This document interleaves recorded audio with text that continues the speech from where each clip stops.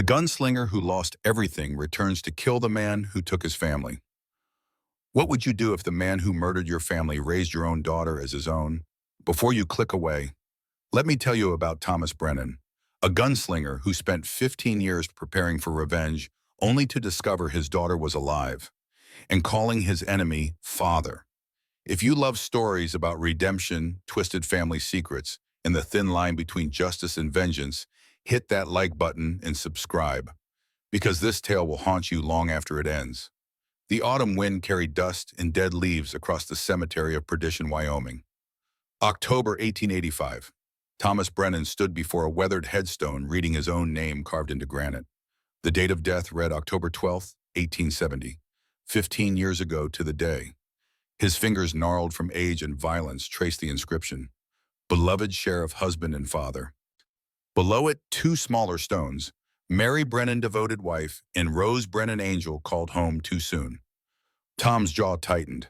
The Colt 45 on his hip felt heavier than it had in years, not from the weapon itself, but from the weight of what he'd come to do. His gray eyes, once warm as summer wheat, had long since turned cold as winter stone. The Arizona desert had bleached his hair white, and the Mexican sun had turned his skin to leather.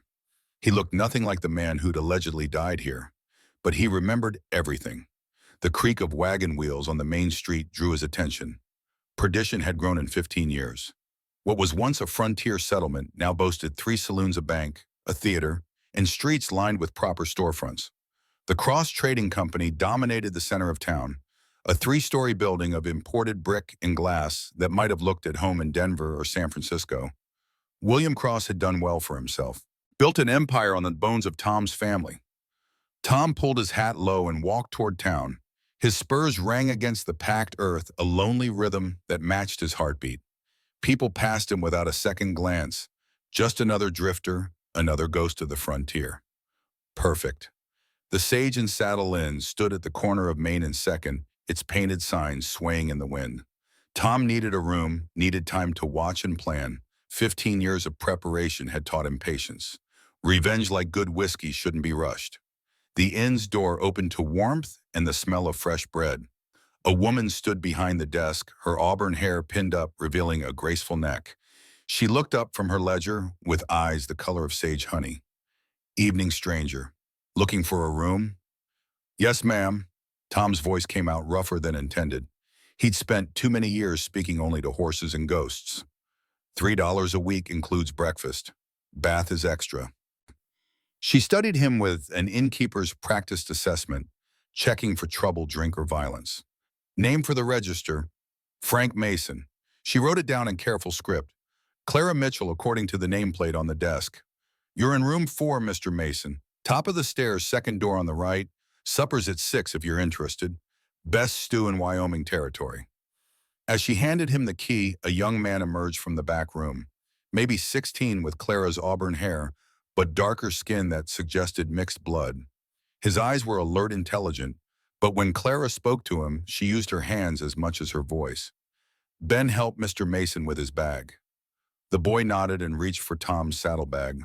Tom shook his head. "I can manage." Ben's hands moved rapidly. Sign language.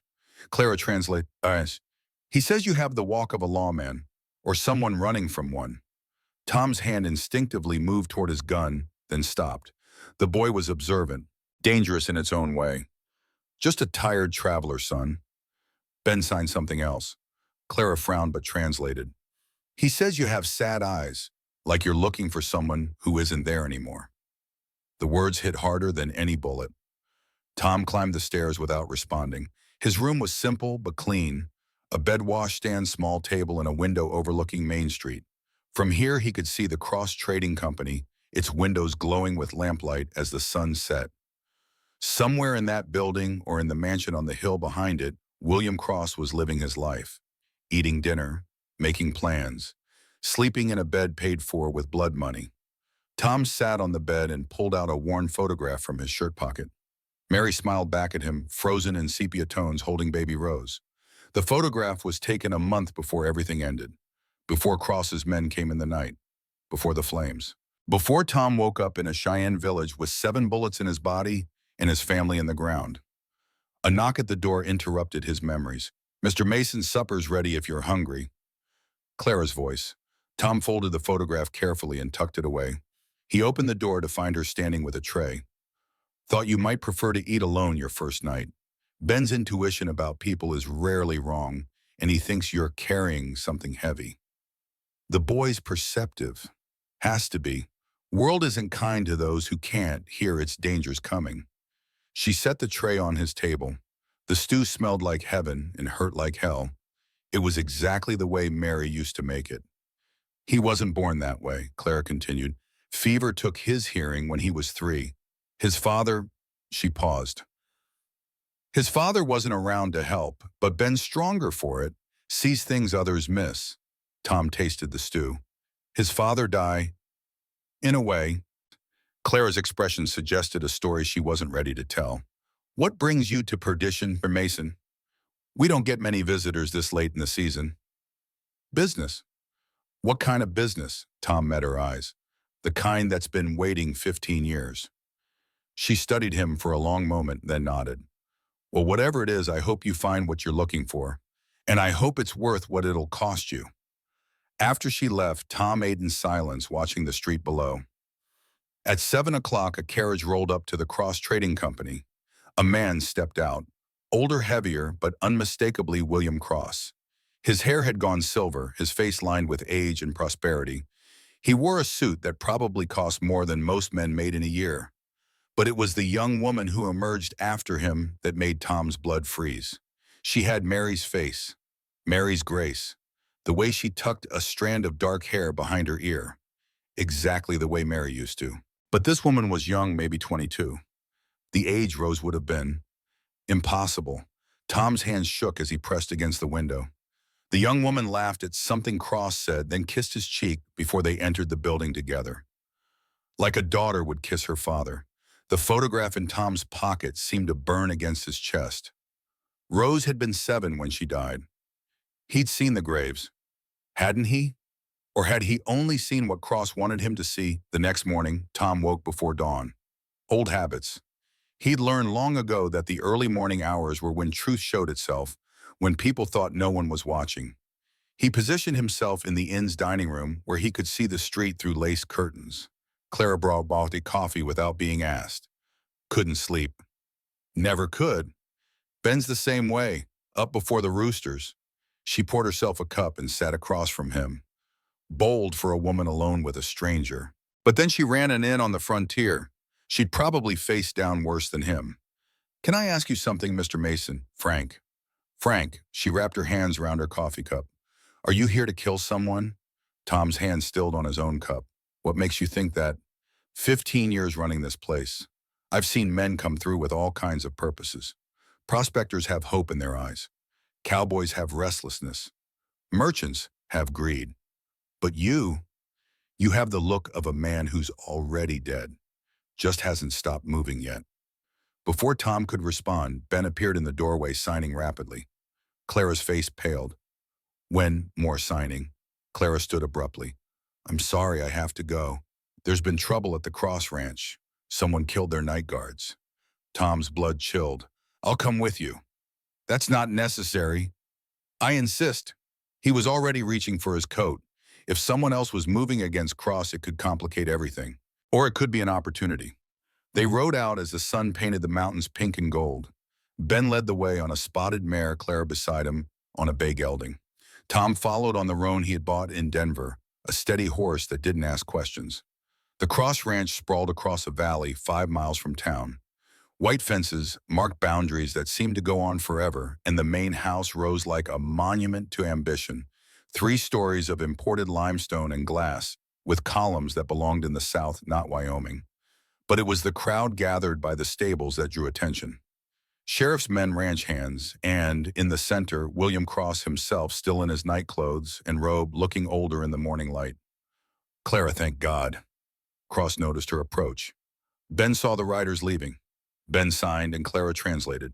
3 men heading north toward Devil's Canyon. He was out early, checking his trap lines. Cross noticed Tom then, and for a moment their eyes met. Tom waited for recognition for the shock of seeing a dead man, but Cross only nodded politely.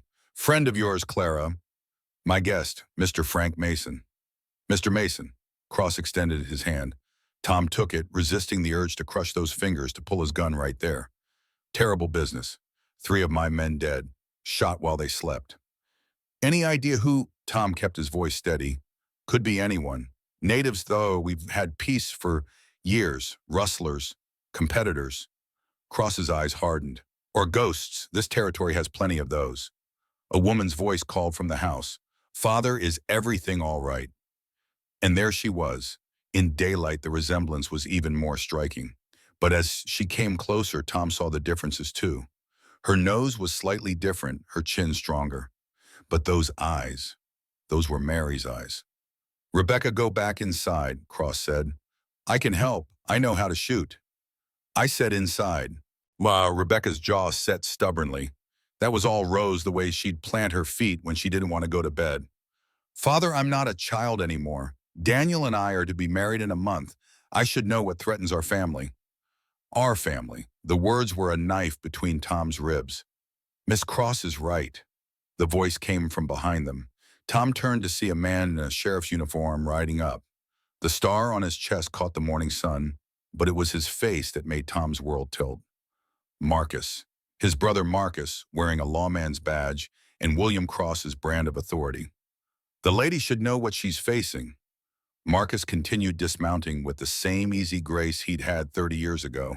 His eyes swept the crowd, paused on Tom for just a heartbeat, then moved on. No recognition or perfect acting. Sheriff Brennan. Cross's use of the name was another twist of the knife. I want those men found. They will be. Marcus studied the bodies now covered with canvas. This wasn't random. They knew exactly where your guards would be. Inside job, maybe. None of my men would dare. Maybe not current men. Marcus's gaze found Tom again. But you've made enemies over the years, Cross. Men have long memories out here. Ben suddenly signed urgently to Clara. She frowned. He says there's something wrong. The tracks. They're meant to be followed. It's a trap. Marcus laughed. What does a deaf boy know about tracking? Ben's face flushed with anger. His hands moved sharply. Clara didn't translate, but Tom had learned enough sign language from the Cheyenne to understand more than a corrupt badge knows about justice. Smart boy. Too smart. I'll take some men and investigate, Marcus said. Mr. Cross, I suggest you increase security. And you, he looked at Tom, I don't know you. Frank Mason, passing through to wherever the wind takes me. Marcus smiled, but it didn't reach his eyes. Wind's been known to blow men right into graves around here. Best be careful. As the crowd dispersed, Rebecca remained studying Tom with curious eyes. Have we met before, Mr. Mason? I don't think so, miss. Strange. You seem familiar. She tilted her head, like someone I dreamed about once. Long ago. Tom's heart hammered against his ribs.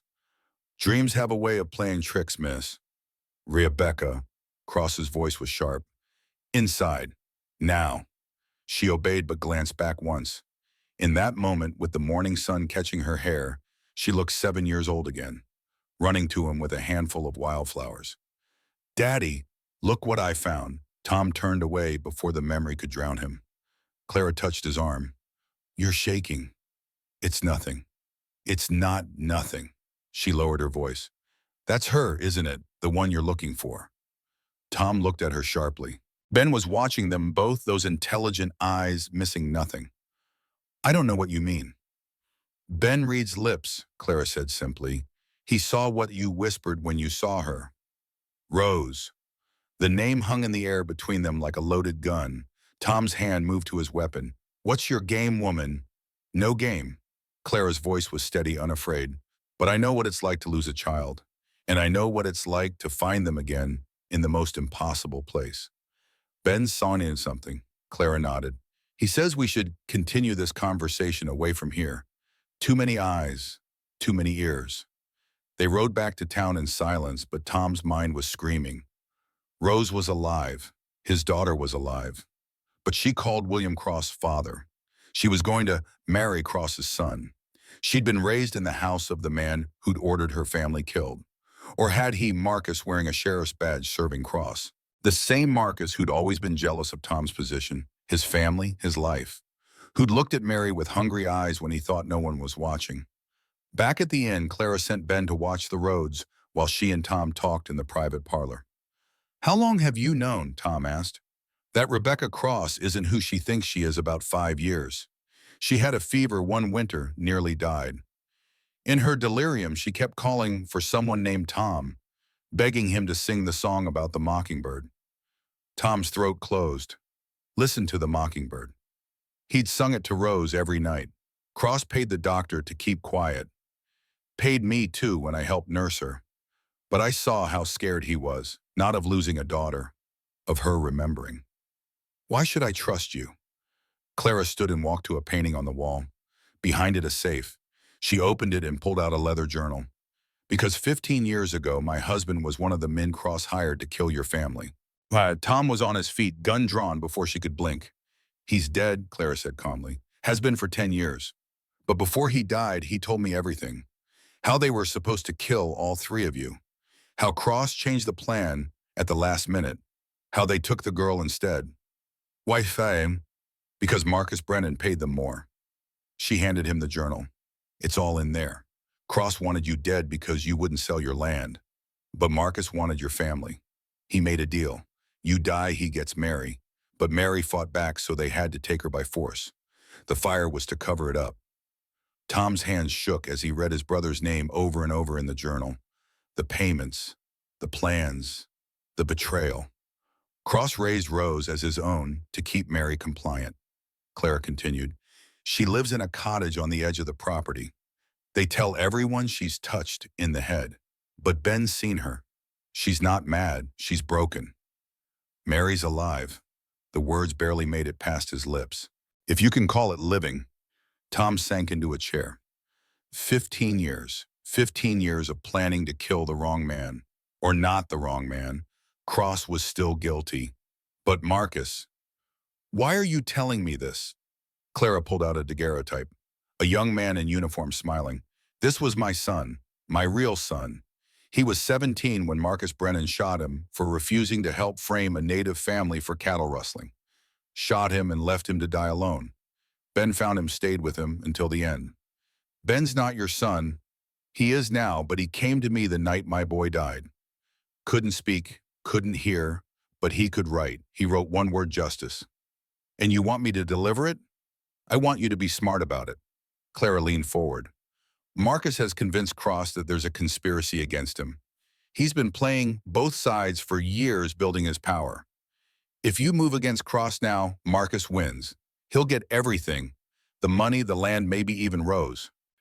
"Rebecca Brennan," Tom corrected automatically. "She'll always be Rose to you." Clara's voice was gentle. "But she doesn't know you. She loves the only father she remembers. If you tear that away without care, you'll lose her forever." Ben appeared in the doorway, signing urgently. "What is it?" Clara asked. More signing. Clara's face went pale. "There's been another murder, but this time it's one of Marcus's deputies. Found dead in the same spot where—" She looked at Tom. "Where your family supposedly died." Tom stood. "He's setting me up. Or sending you a message." Clara grabbed his arm. "Tom, I mean Frank. Don't go, it's what he wants." But Tom was already moving. Maybe it's time to give him what he wants. The old Brennan homestead stood 5 miles east of town, abandoned for 15 years but never sold. The county claimed no one would buy it. Cursed ground, they said. Tom knew better. Marcus had kept it as a monument to his victory. The foundation stones were still black from fire. Prairie grass had reclaimed most of the yard, but the outline of the house remained a scar on the land. The barn had partially survived its skeleton, reaching toward the sky like accusing fingers. The deputy's body lay where Tom and Mary's bedroom had been. Shot 3 times, same pattern that had nearly killed Tom. Even the angles were the same. Marcus had recreated the crime scene perfectly. "Hello, brother." Tom didn't turn. He'd heard the horses coming. "Marcus? You look old. You look prosperous." Marcus laughed. It was the same laugh from childhood when he'd win at cards by cheating. "I am prosperous, sheriff of a growing town, trusted advisor to the richest man in 3 territories. And soon, very soon, I'll have even more. My daughter." She's not your daughter anymore, Tom. Hasn't been for 15 years. She calls Cross, Papa, and me Uncle Marcus. She's even let me walk her down the aisle when she marries that weakling Daniel. Tom turned slowly. Marcus had aged better. Still lean, still quick. He wore two guns now tied down for quick draw. Behind him, four deputies all watching Tom with hands on their weapons. You're not even going to deny it. Why would I? Marcus spread his arms wide. You're a dead man talking to ghosts. No one knows who you really are, except that innkeeper and her dummy, and who'd believe them? Cross would. Cross is an old fool who thinks his money makes him safe. He was useful for a while. Good cover. Good way to launder money from my other enterprises. But he's gotten soft. Sentimental. Marcus spat. Raising your brat like his own. Keeping your wife around like some kind of pet. He even feels guilty about it. Can you imagine? Where is Mary? Wouldn't you like to know? Marcus stepped closer. Here's what's going to happen, Tom. You're going to draw on me. My deputies will witness it. I'll kill you in self-defense. Tragic story. A drifter who went mad, started killing people, had to be put down. And if I don't draw, then you'll die anyway, and I'll make sure Rose, sorry Rebecca, suffers for it. Maybe I'll tell her the truth right before her wedding. Watch her world shatter. Or maybe I'll wait until after, let her have a few happy months before I destroy everything. Tom's hand hovered over his gun. 4 deputies plus Marcus. Bad odds, but he'd faced worse. You always were a coward, Marcus, hiring others to do your killing. And you always were self-righteous, Tom. Look where it got you. A gunshot split the air, but it didn't come from Tom or Marcus. One of the deputies fell, clutching his shoulder. Then another shot, another deputy down. Ben stood on the barn's remains, a rifle steady in his hands. The boy who couldn't hear had somehow snuck up on all of them. Marcus dove for cover as his remaining deputies scattered. Tom rolled behind the foundation stones as bullets flew. He caught a glimpse of Clara on horseback, also armed, flanking from the east. You brought backup, Marcus called out, laughing. Still can't fight your own battles. Tom fired twice, forcing Marcus deeper into cover. Says the man who brought 4 deputies to an execution. The firefight was brief but vicious. Ben's elevated position gave him the advantage, and Clara proved to be a better shot than expected. Within minutes, 2 deputies were dead, 1 wounded, and the last had fled on horseback. Marcus emerged from cover, blood seeping from a graze on his cheek. This isn't over. No, Tom agreed. It's not. Marcus backed toward his horse guns, still drawn. You can't protect them all, Tom. The innkeeper, the boy rose. You'll have to choose eventually. I already have. Marcus mounted his horse. Cross is having a party tomorrow night, announcing Rebecca's engagement officially. Everyone who matters will be there. His smile was cruel, including Mary. He brings her out sometimes when he needs to remind himself what guilt looks like. You should come. See what 15 years of captivity does to a woman.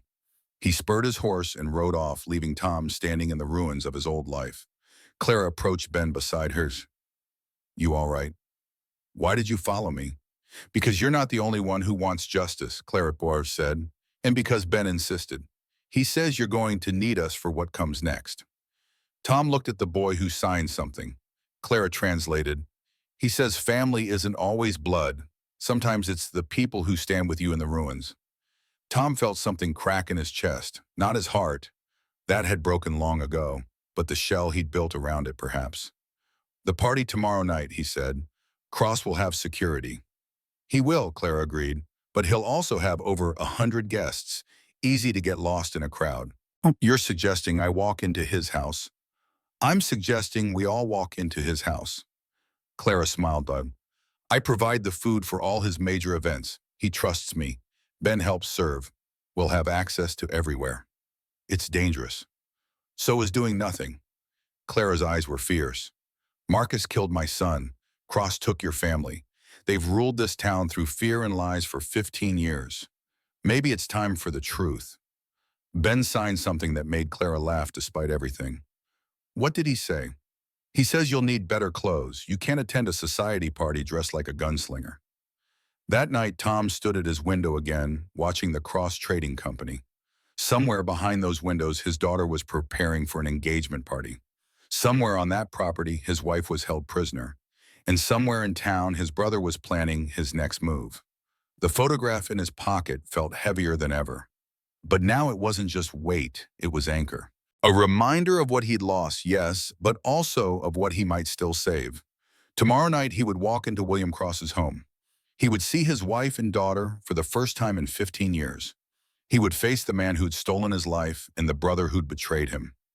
Ben appeared in his doorway signing. Tom had learned enough to understand not revenge, redemption. The boy was right. Revenge was simple. Kill the men who wronged you. But redemption, saving Rose, freeing Mary, stopping Marcus, that was complex. That required more than bullets. It required the one thing Tom had thought he'd lost in that fire 15 years ago. Hope. The afternoon sun painted Cross's mansion gold, its windows blazing like the eyes of some great beast. Tom stood in Clara's room at the inn feeling ridiculous in a borrowed suit. The black wool was fine quality. Clara said it had belonged to her late husband, a man of similar build who'd had pretensions above his station. "Stop fidgeting," Clara commanded, adjusting his string tie. "You look respectable." "I look like a fraud." "Good. Everyone at that party will be wearing masks of one kind or another." She stepped back to examine her work. "You clean up well, Mr. Mason. Almost handsome." Ben entered carrying a serving jacket already dressed for his role. He signed something that made Clara blush. "What did he say?" "He said you look like the man in the old photograph you carry. Younger somehow." Tom touched the pocket where the picture rested. Hope does strange things to a man's face. "So does purpose." Clara moved to her mirror, pinning up her hair in an elaborate style. "I've been serving Cross's parties for 5 years. I know the house, the routines where they keep her." "Mary, 3rd floor east wing. They call it the recuperation suite. One guard usually drunk by 9 o'clock. The nurse leaves at 8. Clara met his eyes in the mirror. "She's fragile, Tom. Don't expect the woman you remember." "I don't expect anything anymore." Ben tapped Tom's shoulder and signed. "He wants to show you something," Clara translated. The boy led them to a small room behind the kitchen. Maps covered one wall, detailed drawings of the Cross mansion, complete with guard positions, servant passages, and escape routes. But it was the other wall that stopped Tom cold. Newspaper clippings, photographs, documents. All about the Brennan family fire. About Sheriff Thomas Brennan's heroic death. About the tragedy that befell his family. And in the center, a photograph Tom had never seen. Mary and Rose at a town picnic just weeks before the fire. Ben signed rapidly. "He's been investigating for 3 years, Clara said softly. "Since my son died. He knew Marcus was corrupt, started digging. Found connections to your case." Tom studied the wall. "YPN." Ben pulled out a small slate and wrote in careful letters, "Because evil grows in silence. Because good men die when no one bears witness. Because Sheriff Brennan was kind to a deaf boy, once gave him candy, and didn't treat him like he was broken."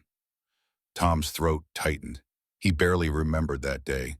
A random kindness to a child in town. But the child remembered. "Ben has a gift," Clara said.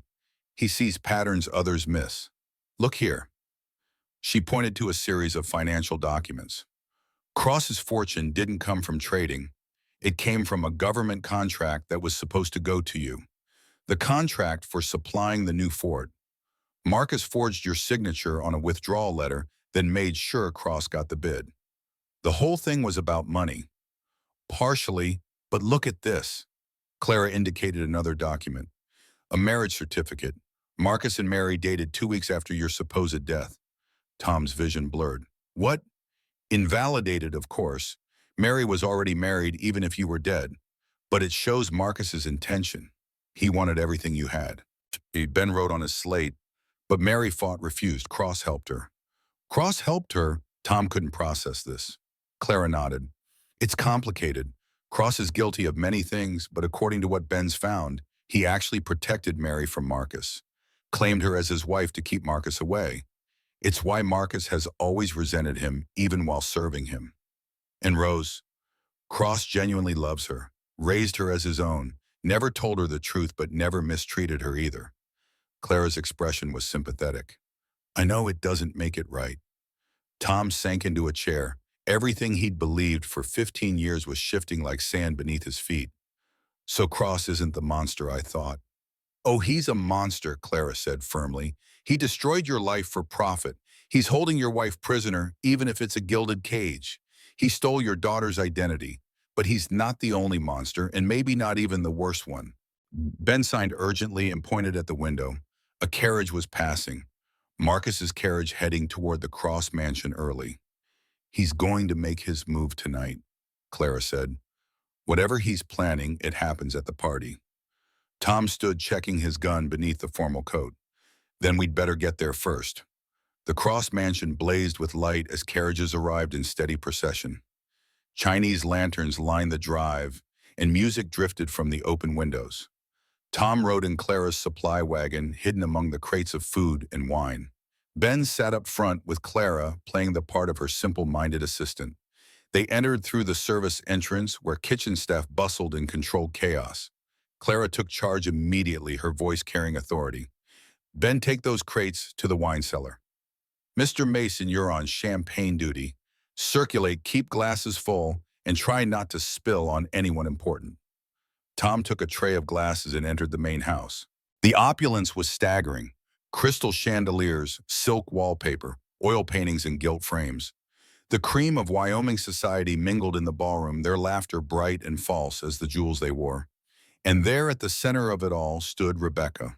She wore blue silk that matched her mother's eyes, her dark hair swept up to reveal pearl earrings. Beautiful, poised every inch the society Princess Cross had made her. But when she laughed at something, her fiancé said Tom saw 7-year-old Rose giggling at his silly faces. Champagne, sir. Tom had approached without thinking. Daniel Cross looked up, a weak-chinned young man with his father's cold eyes, but none of his strength. About time. Father skimps on the help. Tom poured his hand steady despite the urge to throw the wine in the boy's face. Rebecca glanced at him, and their eyes met for a heartbeat. Have we, she began. Rebecca, darling. A woman's voice cut through the moment. You must come meet the governor's wife. Tom faded back into the crowd, but he felt Rebecca's eyes following him. He circulated playing his role, but his attention was on the room's dynamics. Cross held court near the fireplace, accepting congratulations on his daughter's engagement. Marcus prowled the edges, his deputies strategically placed at exits. Then Tom saw something that made his blood run cold. One of Marcus's men was carrying a carpet bag, heading upstairs. Tom had seen enough dynamite in his life to recognize the careful way the man moved. Marcus wasn't just planning to take over. He was planning to destroy everything and blame it on someone else. Tom. Tom followed at a distance, staying in character. The deputy went to the third-floor east wing, Mary's wing. Tom's hand went to his gun, then stopped. Not yet. He needed to know the full plan. Ben appeared at his elbow, materializing from nowhere as he often did. He signed quickly. Tom had learned enough to understand. Clara found something. Come. They slipped into a servant's passage, narrow and dim. Clara waited at the other end, her face pale. The wine cellar. Marcus has barrels of gunpowder down there, enough to level the house. Tonight, during the toast, everyone important will be in the ballroom. Her voice shook. Tom, there are over 100 people here, women, children. He's going to blame me for it, the mysterious stranger who was seeking revenge for his family. Tom's mind raced. We have to evacuate. If we raise an alarm, Marcus triggers it early. His men are watching. Ben signing rapidly. He says we need to turn Marcus's plan against him, make him reveal himself. How? Ben pulled out his slate and wrote one word, Mary. Tom's heart clenched. She's not strong enough.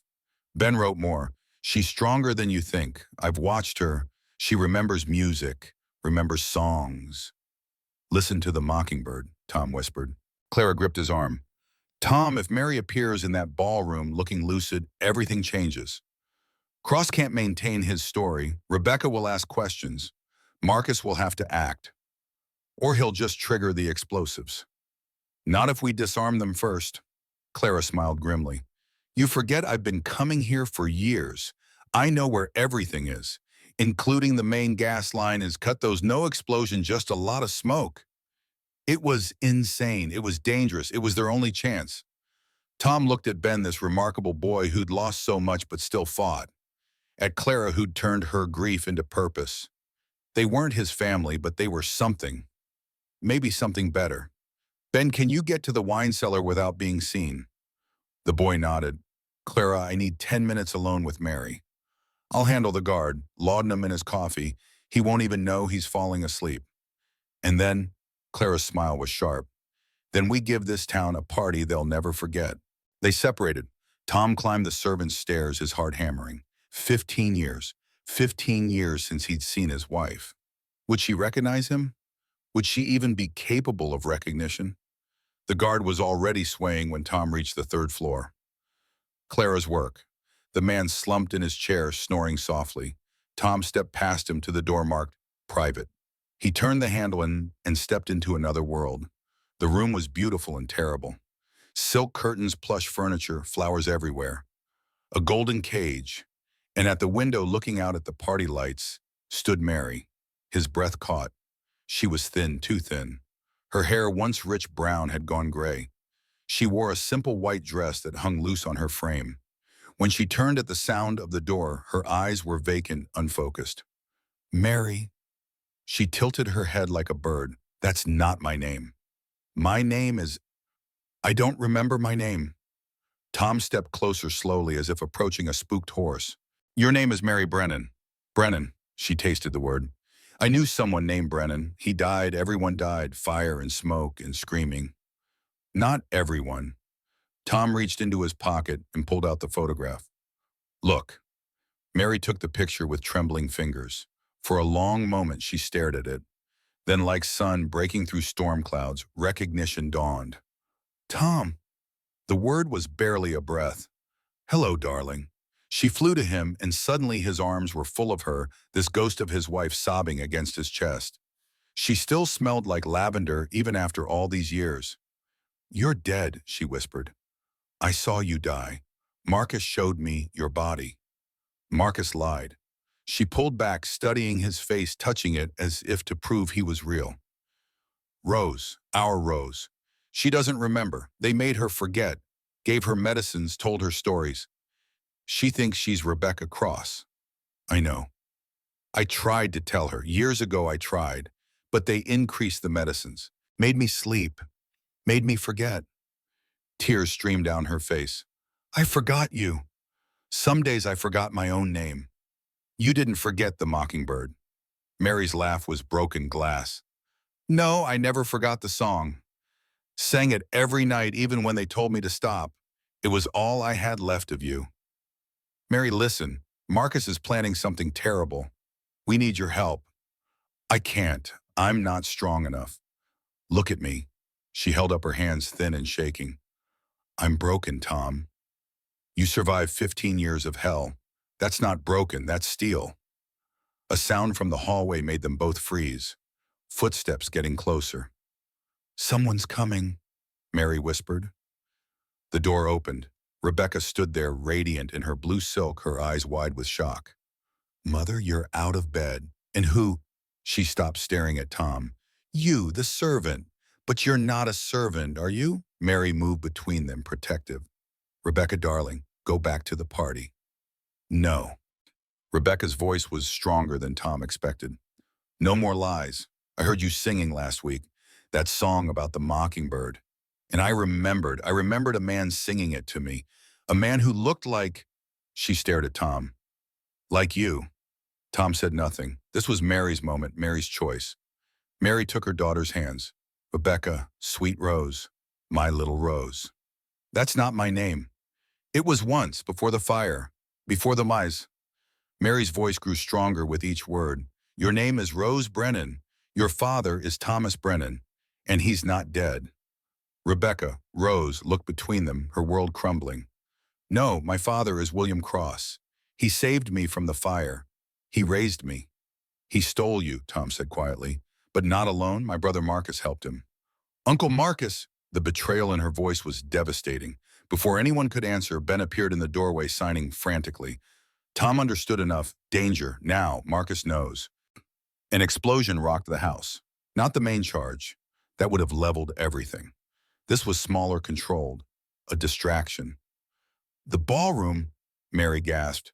All those people. Tom drew his gun. Ben, get them out. Both of them. The servant stares. I'm not leaving, Rose said. Not until I understand. Another explosion closer. Screams from downstairs. There's no time, Tom said. Marcus is making his move. Then stop him, Mary said, and for a moment she was the fierce woman he'd married. We'll be fine. Ben will protect us. The boy nodded, pulling out his own pistol. Tom kissed Mary's forehead, then looked at his daughter. Whatever happens, whatever you've been told, know this: you were loved. You're loved, it always. He ran for the main stairs toward the chaos below. The ballroom was pandemonium. Smoke poured from the west wing, and guests stampeded for the exits. But Marcus's men held the doors, guns drawn, forcing people back. Ladies and gentlemen, Marcus stood on the orchestra platform, his sheriff's badge gleaming. Please remain calm. We have a dangerous fugitive in the building. William Cross pushed through the crowd. Marcus, what is the meaning of this? The meaning, Marcus smiled. Justice, Mr. Cross. Long overdue, justice. He pulled out a warrant. William Cross, you're under arrest for the murder of Sheriff Thomas Brennan and his family. Gasps rippled through the crowd. This is absurd, Cross protested. Is it? You hired men to kill them, burn their home, all for a government contract. Tom stayed in the shadows watching Marcus's performance. His brother had always been theatrical. But that's not the worst part, Marcus continued. You kept Brennan's wife prisoner, raised his daughter as your own, and now tonight when she was about to expose you, you tried to blow up your own house to silence her. That's a lie. Is it my men found explosives in your wine cellar? Your signature on purchase orders for gunpowder. Tom understood now. Marcus had planned everything. Frame Cross for the old, murders for the current attempt. Become the hero who saved the town. Take everything. But Marcus had made one mistake. He'd assumed Tom would run or die in the chaos. Tom stepped into the light. That's an interesting story, brother. The room fell silent. Marcus's hand went to his gun, then stopped. Too many witnesses. Ladies and gentlemen, Tom said clearly, my name is Thomas Brennan. I'm not dead, as you can see. And the man wearing my badge is my brother Marcus, who helped orchestrate my family's destruction. Lies, Marcus snarled. This man is an imposter. Am I? Tom pulled out his old sheriff's badge, the one he'd carried for 15 years. Ask anyone who knew me. Mrs. Patterson, you're here. You taught both Marcus and me in school. Look at us. Who am I? An elderly woman in the crowd stepped forward, squinting. My God, Tommy Brennan. But we buried you. You buried someone, but not me. William Cross found his voice. If you're really Brennan, where have you been for 15 years? Surviving, healing, planning to return and kill you. Tom's voice was steady. Until I learned the truth. You're guilty, Cross, but not of murder. That was Marcus. Prove it, Marcus demanded. I don't have to. Tom smiled. Mary will. And there at the top of the stairs stood his wife. Clara had worked magic. Mary wore an emerald gown, her hair pinned up, looking every inch the sheriff's wife she'd once been. Fragile still, but upright. Proud. Hello, Marcus, she said, her voice carrying across the silent ballroom.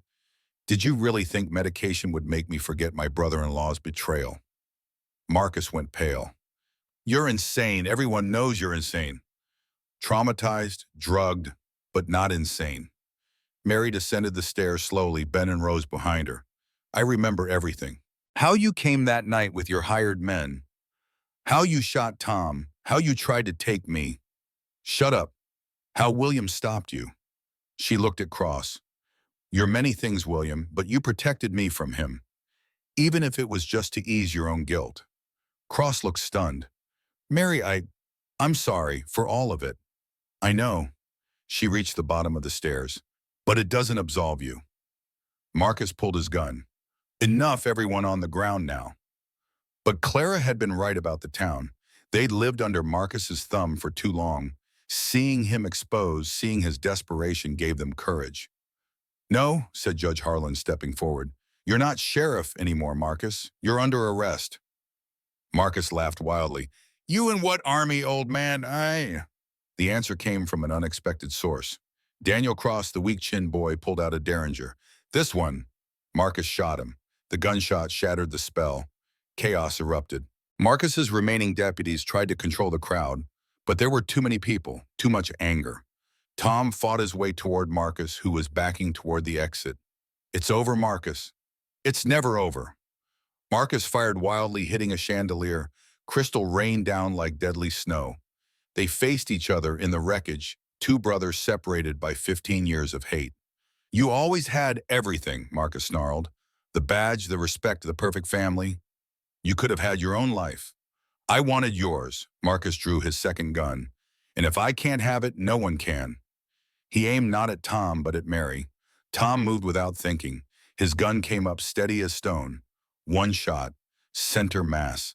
Marcus looked surprised as he felt as if he'd never really believed Tom would shoot him. Tom knelt beside his dying brother.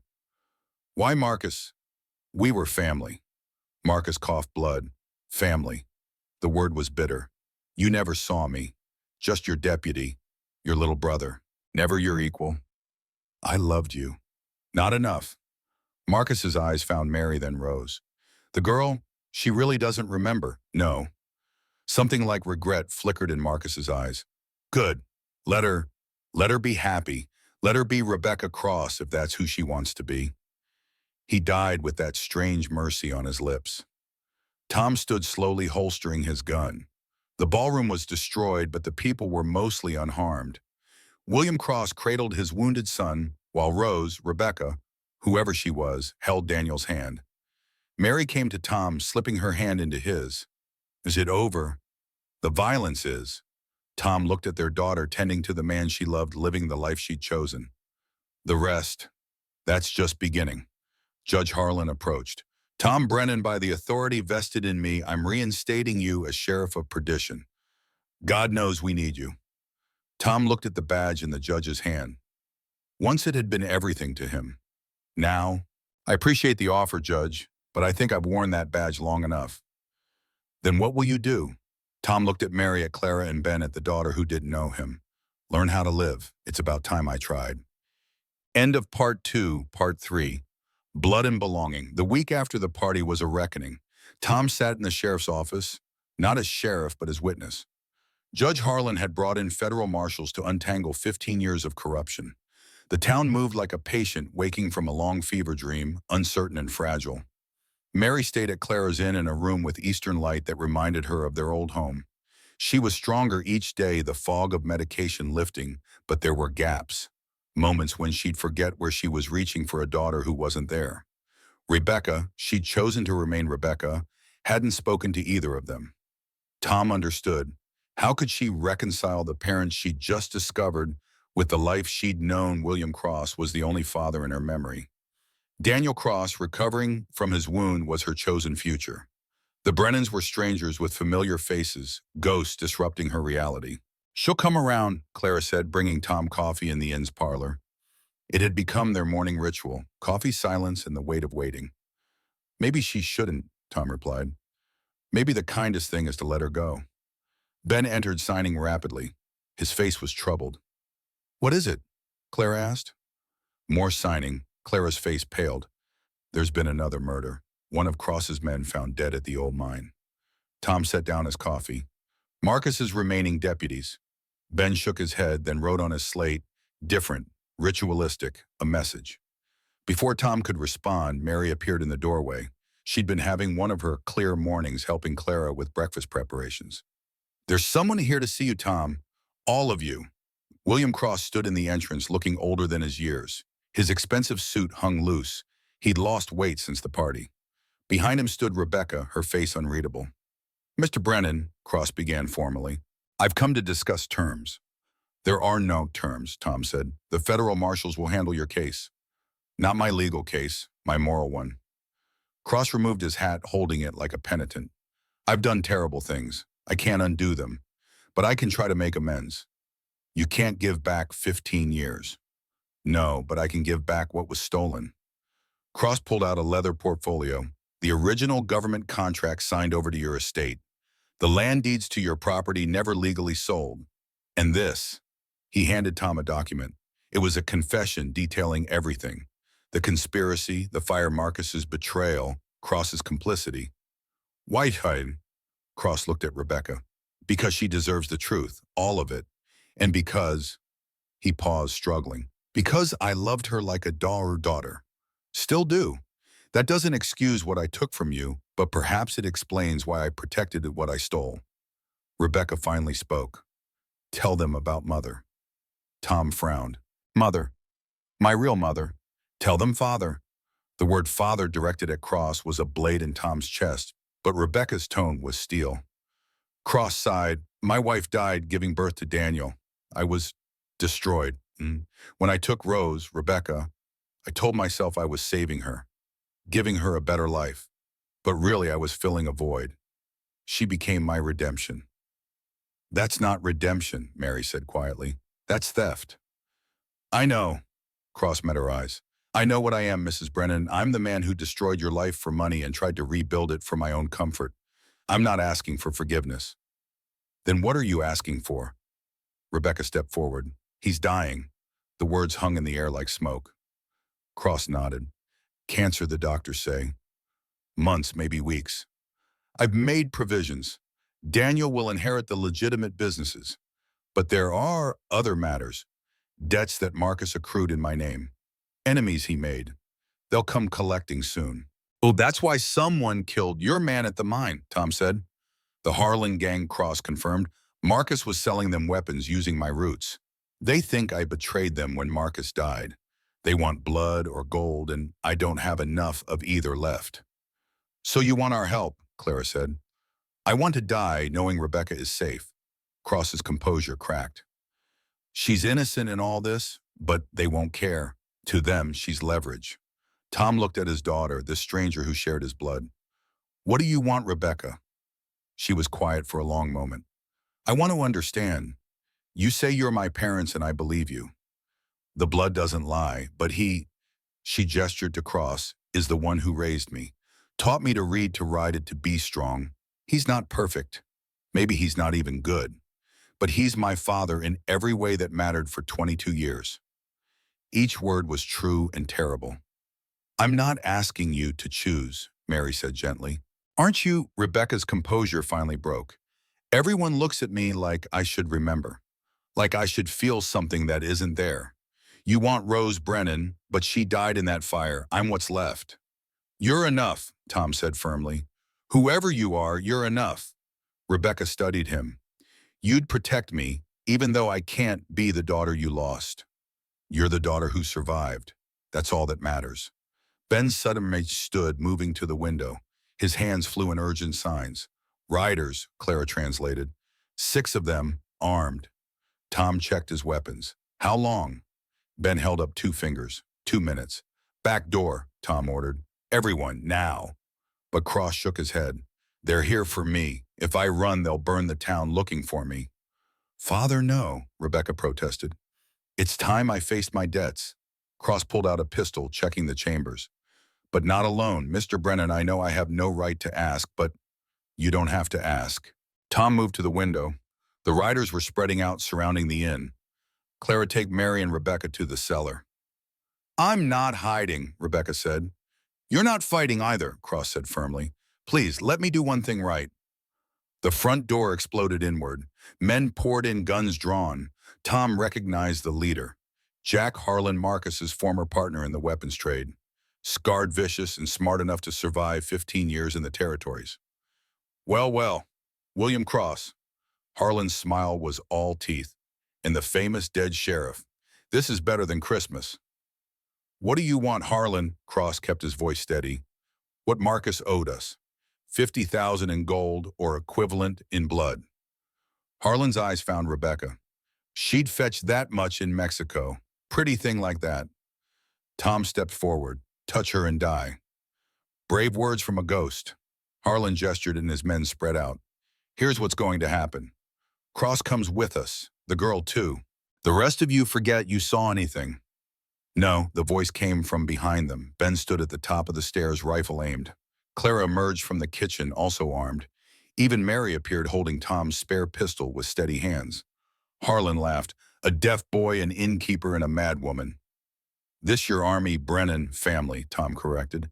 Something you wouldn't understand. Family, Harlan's amusement faded. Marcus was family to you. Look how that ended. Marcus chose his path. These people chose to stand together. Touching. Still going to kill you all. No, said another voice from the door. You're not. Judge Harlan entered, flanked by federal marshals. Jack Harlan, you're under arrest for trafficking, illegal weapons, murder, and conspiracy. Jack Harlan went for his gun. The room erupted. Tom's first shot took one of Harlan's men in the shoulder. Cross, despite his age and illness, proved he remembered how to fight. Ben's rifle cracked from above, deadly accurate. Clara, surprising everyone, put 2 rounds center mass into an outlaw who'd threatened her boy. But it was Mary who shocked them all. Jack Harlan had grabbed Rebecca, using her as a shield. Back off or she dies. Mary didn't hesitate. Her shot was perfect. Right past Rebecca's ear into Harlan's eye. He dropped like a stone. Rebecca stood, frozen blood on her dress, staring at the woman who just saved her. You... how? I'm your mother, Mary said simply. I'd burn the world to keep you safe. The surviving outlaws surrendered. The federal marshals took them away in chains. The inn's parlor looked like a battlefield, but everyone who mattered was alive. Cross collapsed into a chair, his breathing labored. The fight had taken what little strength he had left. Well, that was exciting. Father, Rebecca knelt beside him, and for the first time Tom saw her walls crack. Father, you're bleeding. A stray bullet had caught him in the side. Not immediately fatal, but for a man already dying. It's all right, sweetheart. Cross touched her face. Better this way, better than the cancer. No, we'll get the doctor. Rebecca, his voice was gentle. Let me go. Let me do this one thing right. She was crying now, this composed young woman, looking like the child she'd never been allowed to be. I don't understand any of this. You lied to me. They're my real parents, but I'm the man who loved you badly, but truly. Cross looked at Tom and Mary. Take care of her. She's the best thing I ever did, even if I did it wrong. Tom knelt on Cross's other side. Strange to be here at the end with his enemy. We will. Tell me, Cross whispered. Do you forgive me? Tom thought of 15 years of pain, of Mary's suffering, of Rose's stolen childhood. I can't. Not yet. Maybe not ever. Cross nodded. Fair. More than fair. His eyes found Mary. And you? Mary was quiet for a long moment. I forgive you for saving me from Marcus, for raising her with love, even if it was stolen love. The rest, God will have to sort that out. God, Cross laughed, coughed blood. Haven't thought about him in years. He's been thinking about you, Clara said, not unkindly. He thinks about all of us. Cross's breathing grew shallow. Rebecca held his hand, and after a moment's hesitation, Mary took his other hand. Tom placed his hand on his daughter's shoulder. Even Ben and Clara drew close, completing a circle around the dying man. Tell Daniel, Cross whispered. Tell him to be better than his father. He already is, Rebecca said through her tears. He stood up to Uncle Marcus, to you. He's good. Good. The word was barely a breath. Good is good. William Cross died as the sun set, surrounded by the family he'd destroyed and the daughter he'd stolen and loved. It wasn't redemption, but it was something. Maybe that was enough. The funeral was 3 days later. Half the town attended. Cross had been many things, but he'd also employed hundreds, supported families, built businesses.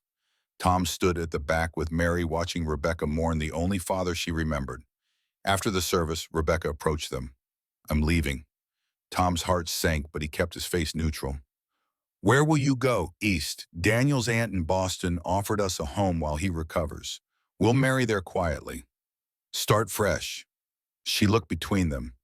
I know you want me to stay, to be Rose, but I can't, not yet. Maybe not ever. We understand, Mary said, though her voice broke. Do you? Rebecca's eyes flashed. Because I don't. I don't understand any of this. How do I reconcile loving the man who destroyed you?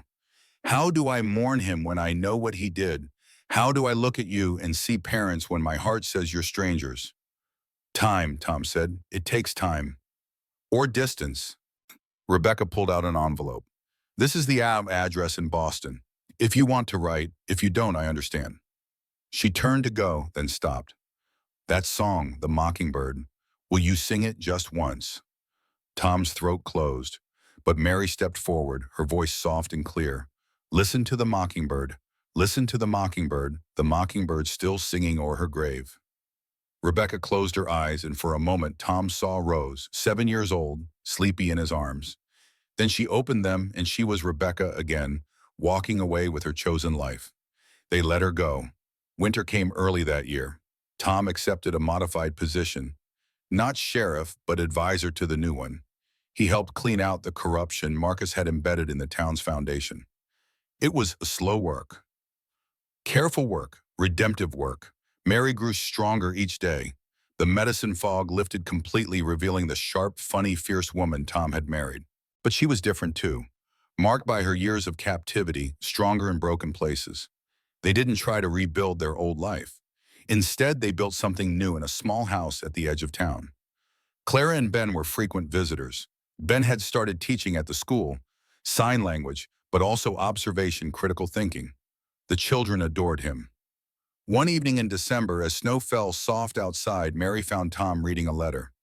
From Rebecca. He nodded. She's well. Daniel's recovering. They married last week. Good. Mary sat beside him. Any word about... She still can't call us parents, but she signed it with affection. That's something. Is it enough? Mary was quiet, watching the snow. Tom, can I tell you something terrible? Of course. Sometimes I'm grateful. He looked at her surprised. Not for what happened. Never that. But, she struggled for words. We lost Rose at 7. Innocent, perfect, untouched by the world's cruelty. But Rebecca, she survived. She grew up. She fell in love. She's strong and capable and alive. Mary's eyes filled with tears. Is it wrong to be grateful for that? Even though it came from horror, Tom pulled her close. I don't think gratitude and grief have to be enemies. She may never come back. I know. Can you live with that? Tom thought of all he'd lost, all he'd found, all that remained uncertain. I spent 15 years living for revenge. Maybe it's time I learned to live for something else. Like what? He kissed her forehead. Like tomorrow, like you, like the family we still have. As if summoned, Ben appeared in the doorway, signing that Clara had made dinner and they were expected. His signs had become part of their language, now as natural as speech. We should go, Mary said. In a minute. Tom pulled out the old photograph, the one he'd carried for 15 years. Mary and baby Rose frozen in time. He'd thought it was all he had left. Now he knew better. He placed it on the mantel next to a new photograph. Him and Mary, older, marked by time but together. Next to that, a picture Clara had taken at Thanksgiving. All of them around a table, even Ben, smiling his rare smile. Not the family he'd lost, but family nonetheless. Spring came late but warm. Tom was in his office when Ben burst in, signing frantically. Slow down, Tom said. What's wrong? Ben grabbed the slate and wrote, Rebecca. She's here, and she's not alone. Tom's heart raced as he followed Ben outside. There in front of the inn stood a carriage. Rebecca stepped out, Daniel beside her, his arms still weak but functional. But it was the small bundle in Rebecca's arms that stopped Tom cold. A baby. Mary appeared from the inn, Clara behind her. The street seemed to hold its breath. Rebecca walked toward them slowly, as if approaching skittish horses. His name is Thomas, she said softly. Thomas William, after both his grandfathers. Tom couldn't speak. Mary made a sound somewhere between a sob and a laugh.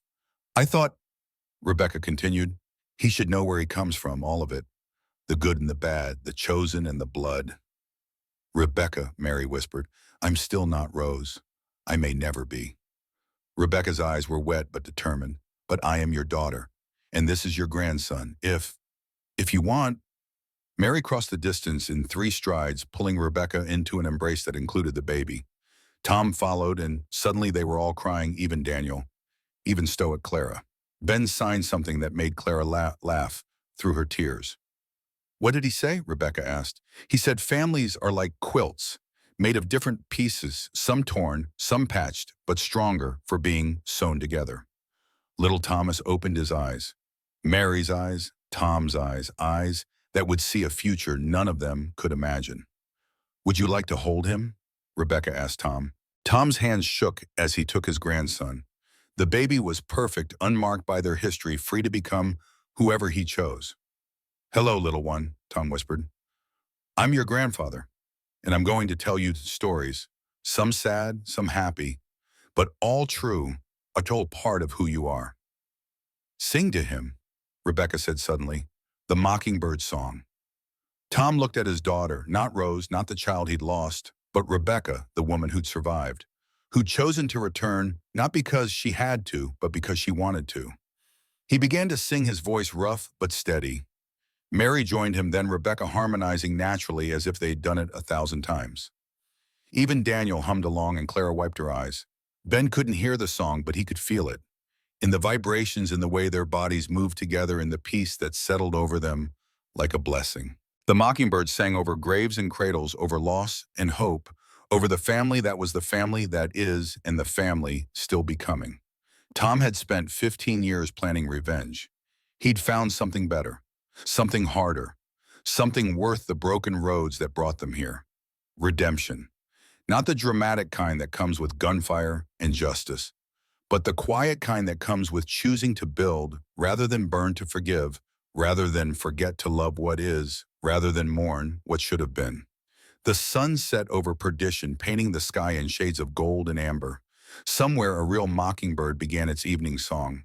Tom held his grandson closer, surrounded by his strange, beautiful, broken and rebuilt family. He was home.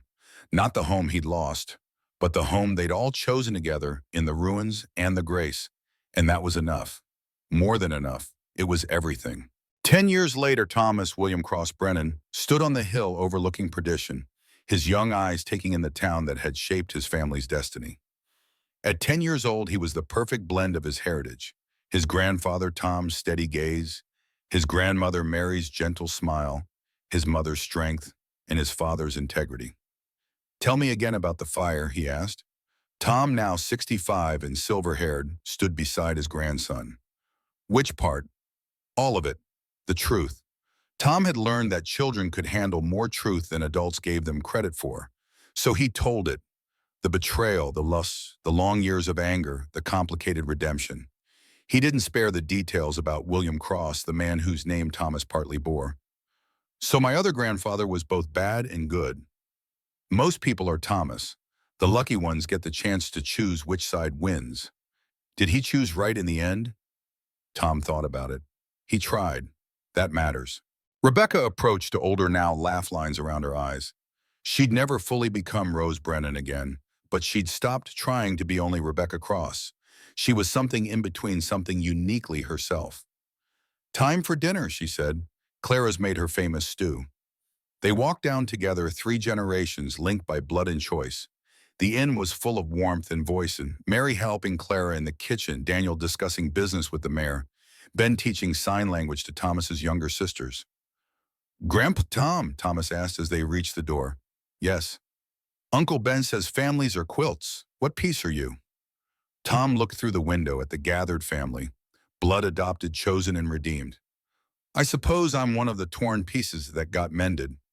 What about me? Tom ruffled his grandson's hair. You're the new fabric, strong and bright. You get to help hold it all together. Thomas nodded solemnly, then ran inside to join his sisters. Tom lingered a moment, watching the evening star appear over the mountains. Somewhere Marcus lay in his grave. Somewhere William Cross rested beneath expensive marble. The past was buried but not forgotten, honored but not worshipped. Mary appeared beside him, slipping her hand into his. Coming inside. In a moment, she kissed his cheek. Don't be long. Your family's waiting. His family, not the one he'd planned, not the one he'd lost, but the one that had grown from ashes and choices, from forgiveness and time. Tom Brennan had returned to kill the man who took his family.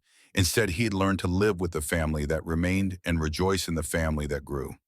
The mockingbird sang its evening song, and Tom went inside to join the voices of the living, leaving the ghosts to their rest. The story of the gunslinger was over. The story of the grandfather had just begun.